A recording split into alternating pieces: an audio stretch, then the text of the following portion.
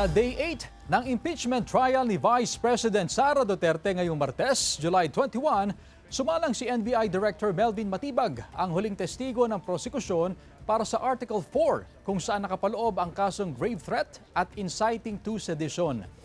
Ayon kay Matibag, ang banta ni VP Sara Duterte ay hindi lang banta kundi plano sa pagpatay sa Pangulo at maituturing daw itong banta sa pambansang seguridad. Batay umano sa kanilang law enforcement perspective. Isa raw ito sa dahilan ng pagbuo ng NBI ng Special Task Force sa bisa ng Administrative Order No. 11.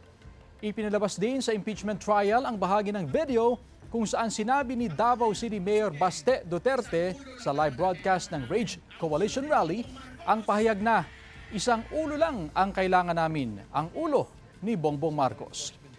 Ayon kay Matibag, nakitaan nila ng pagkakahambing ang pahayag ng Davao City Mayor at ni Vice President Sara Duterte.